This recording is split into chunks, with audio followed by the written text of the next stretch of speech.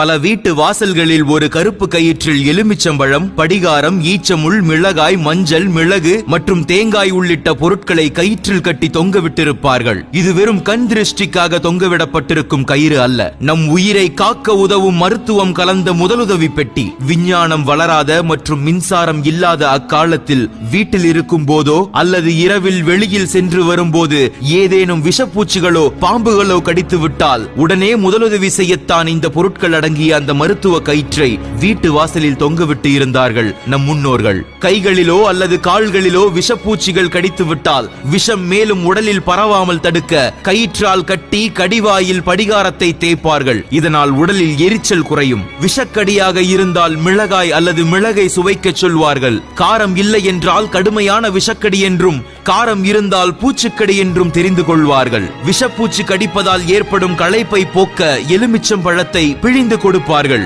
அதன் பின் அது எந்த மாதிரியான விஷக்கடி என்பதை அறிய ஈச்சமுள்ளால் அந்த இடத்தை கீறி பார்த்து தெரிந்து கொள்வார்கள். தேள் அல்லது எட்டுக்கால் பூச்சி கடித்து இருந்தால் தேங்காய் தண்ணீரை குடித்து தேங்காய் சில்லை தின்றால் உடனடி விஷமுறிவு ஏற்படும். சாதாரண இரத்தக்கட்டி வீக்கமாக இருந்தால் மஞ்சள் தடவி விடுவார்கள். எனவே தெரிந்து கொள்ளுங்கள், தொங்கிக் கொண்டு இருப்பது மூட நம்பிக்கையின் சின்னமல்ல, அது நம் முன்னோர்கள் வடிவமைத்த முதலுதவி பெட்டகம் என்று.